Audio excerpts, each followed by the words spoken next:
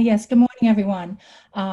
This has been such a crazy week since the last time we got together and talked about HR matters, and it feels like every week it's yet another moving target. So hopefully I can bring you up to speed a little bit on what's going on. I will say this is specific to Massachusetts. Governor Baker issued, I'm going to call it, use a technical term, a boatload of information on Monday about reopening. And if you're not in Massachusetts, I would suggest looking at these checklists and the information that they have on the mass.gov website, because somebody's been doing a heck of a lot of work on this.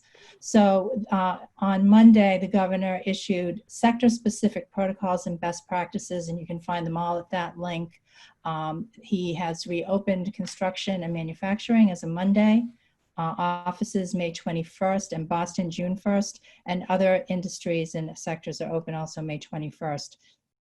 In Massachusetts, there are now these two mandatory safety posters that must be posted. One that's employer directed and the other that's employee directed. So I urge you to take a look at those. And obviously, if you have companies, employers in Massachusetts, they do need to post those along with the federal posters. Additionally, the governor issued these safety checklists, which again have significant guidance on what they will consider to be safety protocols, depending on the work environment, whether it's office, manufacturing, or construction. 2 pages of checklists on the office safety checklist on guidance on social distancing, face coverings, hygiene, all of that stuff. It's really a pretty massive amount of information, and I think it's very helpful. Obviously, your client's going to need to implement these as appropriate, but even if you're not in Massachusetts, these are best practices largely that you may want to consider applying as well if you don't have local or state mandated safety protocols.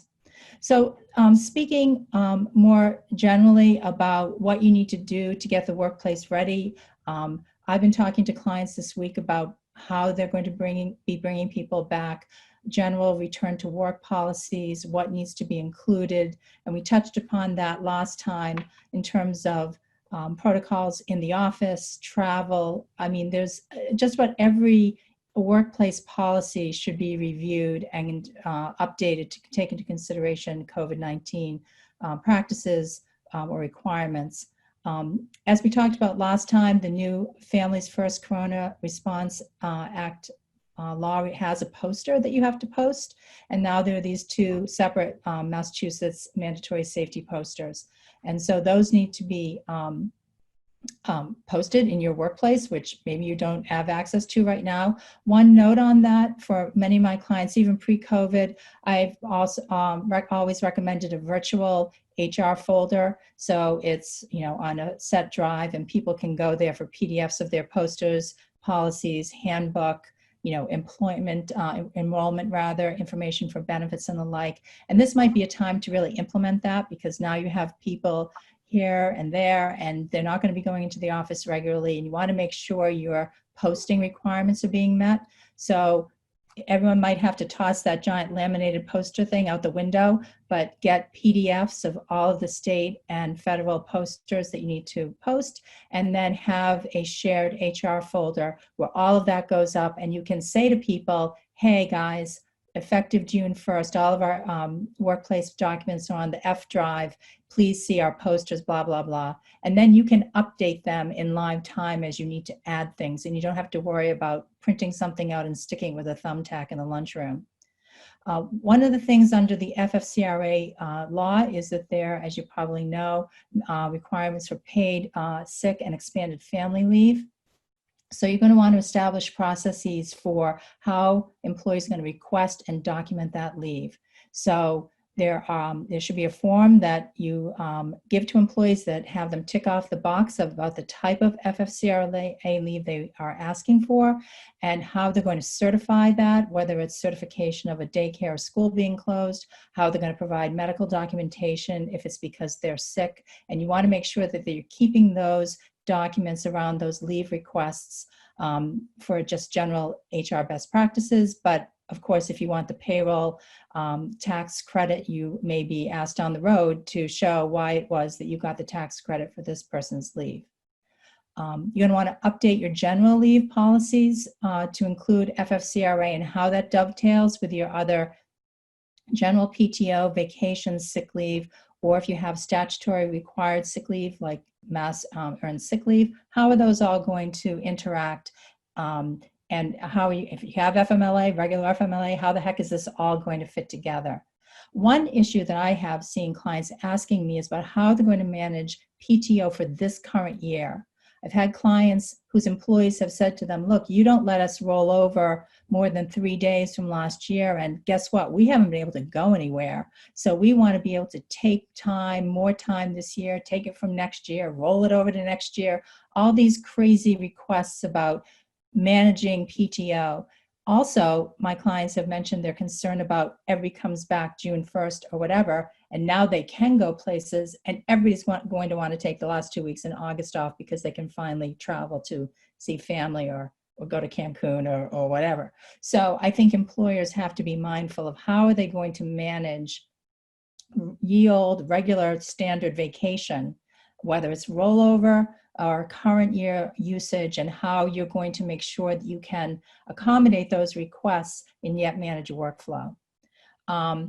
The ADA, EEOC, this is an area that all employers have to consider in terms of what they have in their policies. There are guidelines and FAQs that the EEOC posted that are very helpful about high-risk employees and requests for accommodations under the ADA. So it's I only have 12 minutes, so I'm talking really quickly here, but that's something you really need to pay attention to. You want to establish processes if you're going to do daily self-certification, and how is that documented?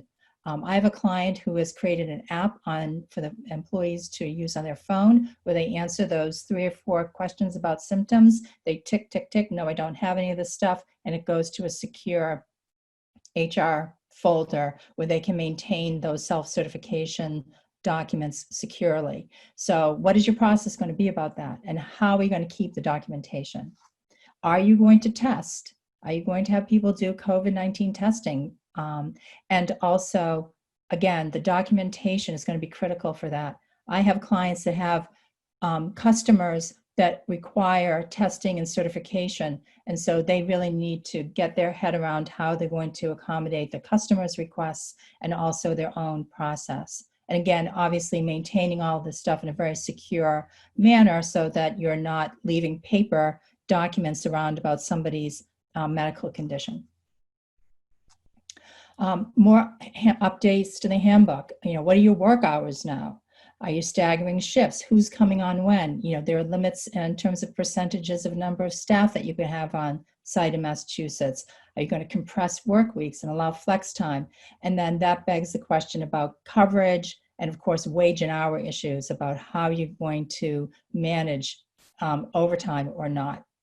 Workplace safety, those Massachusetts guidelines talk a lot about how you're going to manage social distancing, whether or not you have to have face coverings. This is becoming a big issue with clients where maybe they can social distance and employees don't have to wear a face covering, but lots of employees are saying, hey, I think we still need to wear face coverings because this is freaking me out.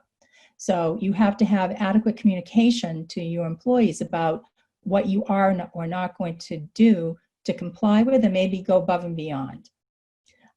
Review all your regular workplace policies, including on and offboarding. How did it go when you furloughed those people or laid them off? Was it a cluster? Was it well run? Figure out a way to manage that process in a compliant way and a most efficient way. And because guess what? We're, no surprise, we might be going through this again. So do the lessons learned process and figure out when we laid off or furloughed all those people, we missed all of these areas. We need to have an excellent checklist on all of these details to make sure that we're keeping tabs on everything. So get prepared for the next round. Have your benefits changed? Some providers are now covering telehealth. The FSA elections have changed. I'm really happy about this. Over-the-counter medications are now FSA compliant again, which was a thing of beauty. That's now new. And how do you communicate that to your staff that all of these benefit terms have changed? And hopefully they can take advantage of telehealth and these other options available. Policies on time off and work from home requests. Again, to avoid being inconsistent and giving the favorite employee who everyone's loved since the beginning of time, allowing their work from home requests, but not, the new person who's in a protected class. You want to make sure you're doing that in a consistent way and have a process, a form, a person who approves that, and everybody knows what that process is. And these changes all need to be communicated clearly and in writing and get people to sign off so they know that as of June 1st, our new employee process for time off requests or what have you is this. Get everybody on the same page. I hate surprises in the HR world. And so everybody needs to know this is the new process going forward. And I'm sure many people are not going to like whatever these changes are to some degree that you're implementing, but we all have to get around it. And that's why the communication piece is so important. One big thing to update is the remote work policy, and I really urge people to provide training on these issues. Time tracking. How are you going to track that non-exempt employee who's working remotely? Get a system in place so you're not looking at a wage and hour violation, which is, as you probably all know, very costly and just a terrible thing. So if it's not a spreadsheet, have something through your payroll system where people clock in and clock out on their computer when they log in the morning. That's essential, especially since you're not seeing people physically when they start and stop. Set up some meeting protocols. I don't know how Zoom meetings have gone in your organization, but set up guidelines about how they get scheduled and when. Instead of defaulting to a 60-minute meeting, do you really only need 30 minutes or maybe even 15, and have an agenda for every single meeting. It just keeps things on track and helps people be more efficient. Train up your managers so that they know how to assess the performance, which I'll talk about in a second, of those remote employees. How am I doing on time? Okay, gotta talk even faster. Remote work etiquette. What are those backgrounds? What are people wearing and what are they talking about? Because I predict that there are going to be some very interesting harassment and discrimination claims that come out of this new environment. Just because you're wearing sweatpants, maybe from the waist down, it doesn't mean you can be relaxed when you're talking to your coworkers and say the stuff that just comes off the top of your head. I mean, for the HR consultants here, I see Patty Cynical and others, we all have had we can't believe that someone said something that stupid in person. And I think the Zoom likelihood of Zoom prompted harassment claims is just going to go through the roof. So remind your employees that just because they're working from their bedroom, your harassment and discrimination prevention policies still apply. They're still at work and they still have to be adults. Data security. Where's that stuff going through the ether? Is it going on some wonky home Wi-Fi that has an unsecured password and the neighbor can access it? Have a VPN if you're concerned about security and how data and documents are being distributed. Look at your security plans and make sure you're updating that. In Massachusetts, you are required to have a WISP, and other states do have those same requirements. So make sure that instead of just having a boilerplate security plan that you've downloaded from somewhere, make sure it's applicable to your business and how people are accessing documents and data. I mean, previously, before COVID, I had clients that think nothing of getting on an open Starbucks Wi-Fi and uploading their Blue Cross Blue Shield census or something. I mean, that's crazy. So you still want to think about those issues and make sure that your data plans, security plans rather, apply to your company and how your employees are accessing stuff. Okay, now that I'm working from home, are you going to pay for my Comcast bill? Things like that. So have a plan in place. Maybe adjust your expense policy and let people submit some or all of their related expenses. And what's the time frame for this remote work? Is this a temporary thing? Is it just until August 1st? Is it going to be an intermittent thing? Is it permanent? And more importantly, how are you going to review that? So have a team in your company that's going to be monitoring all of this COVID stuff. And one of the things they want to look at is how long are we going to let people work remotely for? It might be ad infinitum.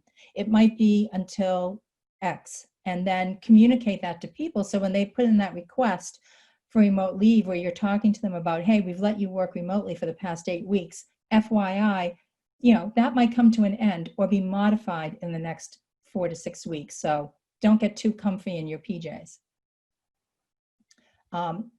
Again, I'm a big proponent of a continuous performance management policy using SMART goals, making sure that people are actually assessing and giving feedback to employees. I mean, that was before COVID-19, but I think this is really, really critical to have in place a simple check-in policy and system that doesn't require a lot of heavy lifting, and you will have managers actually do it. And by the way, you should appraise your managers on their performance as to whether or not they have reviewed their direct reports. This is part of being a manager. Maybe they need training about that, but it's important to get managers to the point where they can actually regularly review performance and document, and provide meaningful feedback. Again, we may have another spike or adverse job actions that have to happen. So it's really important to be set up for that next round. Of course, it's best practice anyway, but you're going to want to get people to think about this. And, and it's not just negative feedback. Put in a system of employee recognition, call outs, or spot awards. Hey, Megan, you did a great job on that project. It was really hard to do that remotely, but hey, we're letting everyone in the company know that you did a great job on that. And maybe have a periodic call out for above and beyond or spot awards. We're not going to give gift cards because we can't do that anymore, but we're going to give you a $250 bonus for that great job.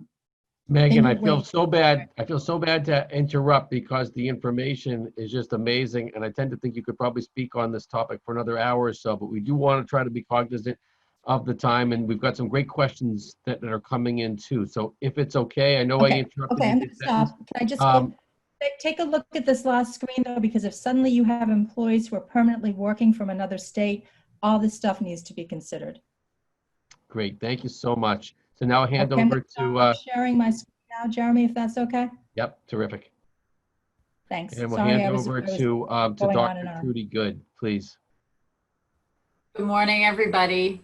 Thank you, Megan, for getting us started. And yes, as you can tell, there's lots of rich information in Megan's slides, as well as I have information too that I'm hoping is very helpful. For those of you who weren't part of last week, I'd encourage you to also go back and revisit that practicum, because there's some of Megan's information and my information that may come up in the questions and answers today. I'm going to go to my share screen and go from here. So, the kinds of things I'm going to be talking about are more on the social and emotional parts of bringing employees back to the office. I'm going to start with some baseline information. Stress. What is stress? Well, in case you don't know, the pandemic has caused stress for all of us, and stress is a normal response to demands or threats.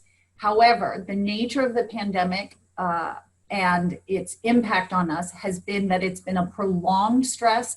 And so at times when someone has a very high stressor for a prolonged period of time, we see what we call a trauma response. And that's when we are so stressed that we feel overwhelmed. We feel like we've lost control of our world. We feel very vulnerable and immobilized. And last week, I talked about some of what does a stress response look like. Exhaustion is probably one of the most prominent traits or characteristics of a stress response. In my last 2 months of work, disrupted sleep is the thing that people are reporting the most often. Either trouble getting to sleep, but more often people are waking up in the middle of the night having trouble going back to sleep. I'll let you read over the rest of that list: being irritable, being distrustful of other people, and then of course physical symptoms show up. We have more headaches, more stomach aches, chronic pain. If you had chronic pain, chances are it's showing up during this stressful time. We tend to be on edge. One of the important things from in this transition back to work is that we've all experienced the pandemic, but we're individually impacted. And so depending on what your situation is as an employee, as an individual, that will impact you differently. Same with your employees. That list there is some of the major ways people are impacted. They may have lost a loved one. There may be significant financial hardship. People may be feeling more isolated, others not so much. For the introverts, some of them talk about being born to survive a pandemic because they're just much more by themselves. They're happy as a clam by themselves. Other people, that's a big negative impact. So being able to appreciate that the people you're bringing back to work have had different impacts on them depending on their life situation. Now I'd like to take a few minutes to actually think about the anxiety timeline of the last 4 months. In March I describe as a highly unpredictable time. That's when things, where it was uncertain what was happening. There were a lot of mixed messages coming from government, from public entities, from what we were hearing from the media. And so that was leading to a decreased sense of safety. We weren't sure if we were going to be safe. Things were highly unpredictable. Every day there seemed to be a new rule or a new guidance, and we didn't know what was coming. April, in contrast, is when we were all pretty much under stay-at-home orders. We were preparing to try and get through the surge in Massachusetts, in New York. We knew things were dire, but we had hunkered down in our own homes and we sort of took control of our home environments as much as we could. April was also the time when a lot of economic hardships started to become very clear, both at the individual, community, and national level. So that was a new sort of anxiety or a different anxiety. Now May is this sort of mixed bag, that there's some relief because we feel like we've gotten through the surge, but and we're sort of doing the stay-at-home thing, but now the governor in Massachusetts has reopened, so now there's lots of unknowns, things feel less predictable again. And in addition, there's an increasing anxiety about what's my exposure going to be when I leave my house, when I go back to work. In June, it's really hard to know what the anxiety level is going to be like, but I expect that we will see a sort of continuing notching up of employees in terms of anxiety and having to go back to work. So here are some practical things to think about for the office as an employer trying to create an environment that is going to reduce employee stress, reduce employee anxiety. Encourage employees to have time away from their workstations, to get up and move around. Now, that can seem a little hard to do with social distancing. And sitting at your desk in the same position all day long is not going to help stress and anxiety. Encourage employees to go out on their breaks, to take their lunch break, to take their smoke break. Look for reasons to celebrate, to laugh together. You may want to consider finding a way to offer a 10-minute meditation practice, sort of like USA 500 has been doing with the daily yoga. Look into some chair yoga postures that you could share with your employees so that they have physical things they can do to help with the stress, the physical anxiety that they're living with. And then also having managers engage employees about what are the costs and benefits of doing overtime work or working extra hours. Given that there's stress in the workplace and also stress at home, this may not be the best time to encourage people to do extra work because they are on a thin edge anyway. So engaging in that. Being aware of what drinks you have in the workplace, having water available. Water is one of the keys. Having drinks that don't have caffeine. Food in the workplace is going to change with social distancing, but thinking about having food that has protein, fruits, and vegetables, and avoiding bringing food in that is the carbo download, because the carbo, the pizza, the donuts, all of those things create a spike in energy. But then the downside is low energy, negative mood. And so you can help with the stress in your office by being conscious of that. being aware of how stress outside of work has increased. And so then asking yourself, what's a reasonable workload given the stress environment that the employee is in, both here and at home? Making sure you're having office hours and/or a suggestion box. Look at your wellness program.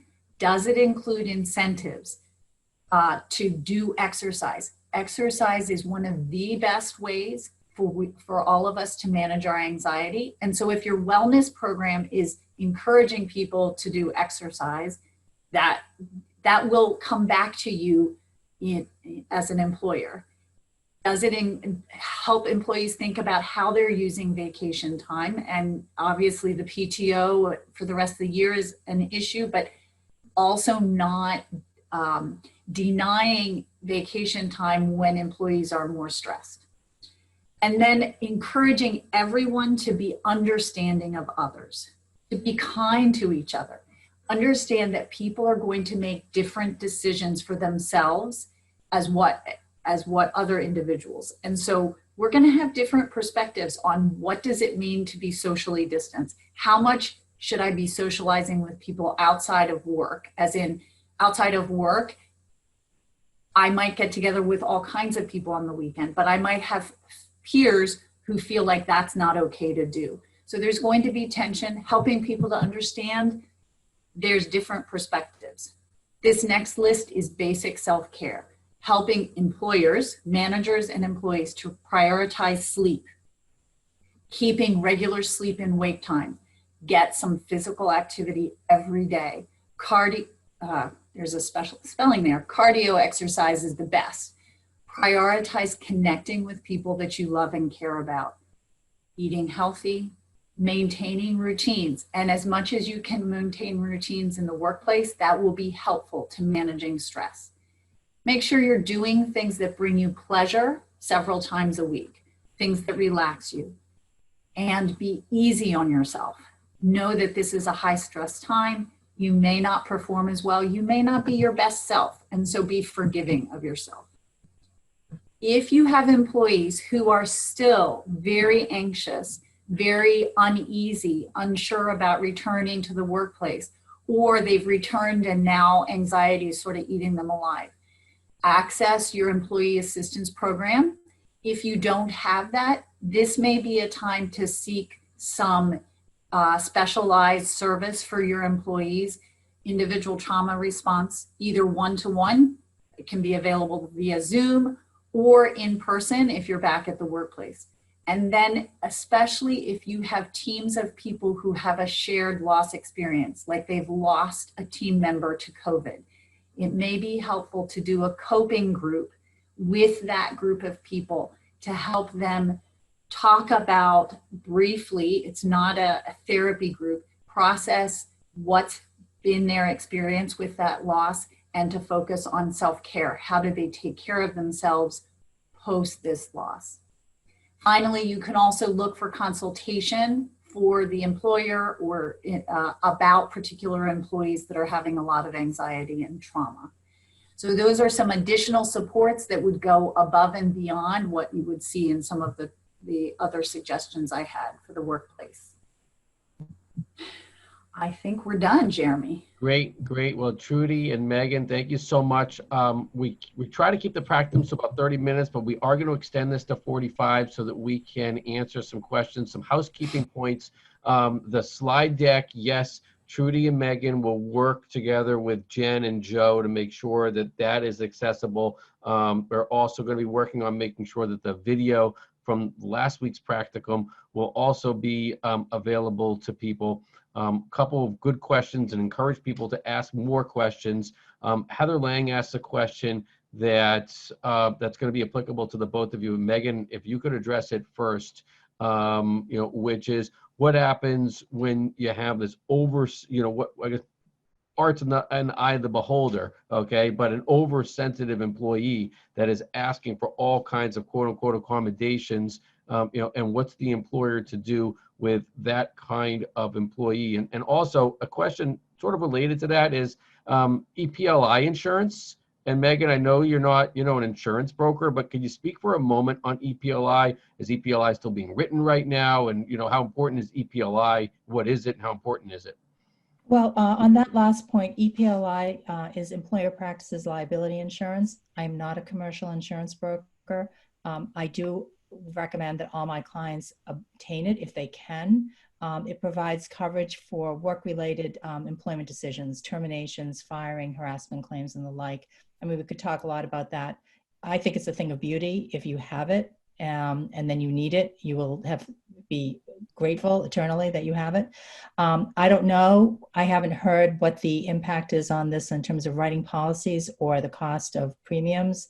I think it's going to be a complicated issue, but I always recommend, if possible, for employers to get it. That would provide coverage potentially. Again, I'm not a broker, depending if there were a claim under the ADA for failure to make an accommodation. But again, you can't get that policy, that coverage, if you already know you have a problem. Speaking of accommodations, generally speaking, yes, there's going to be a spectrum. There's going to be people who truly have anxiety-related issues with physical manifestations, and they will have a legitimate medical reason to get an accommodation. I suggest that people make sure they have an understanding of the ADA and the interactive dialogue process. And if you didn't understand that or have to deal with it before, you probably should get a good understanding of it now, because you will have people who come to you and say, I want to work remotely only, even though you're asking me to come in. And you must really sort of take into account the ADA and that expanded consideration they want you to give for the higher susceptible employees, whether you're over 65, you have an underlying pulmonary condition or an underlying other chronic physical condition. So I can't say that everybody is going to just be not able to get an accommodation, but there are going to be people who can get an accommodation, and you're going to have to go through that interactive dialogue process with the ADA. Thank you. And Trudy, what are your thoughts on that, on let's say an individual basis, Mm-hmm. that the employer, that's the law HR side. What's your side of that? So I would begin the conversation with the employee by making sure you understand what the employee's concerns are. Are there particular practices that they're not feeling comfortable with?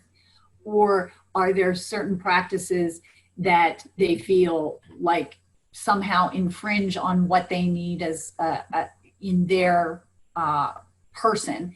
Understand what the issues are for that employee, and then take it from the individual level and look at how that fits into your procedures or the policies you've set up so far. And part of this is it's the management, it's the soft skills side of being able to hear your employee, address them in as individual a way as possible while still uniformly applying your procedures across the organization.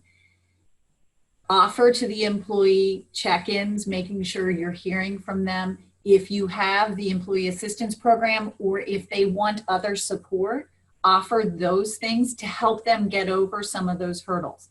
I'll tell you in general, with anxiety, avoidance is not, it's counter the treatment of making progress with anxiety. With anxiety, you actually need to move towards the things you're anxious about.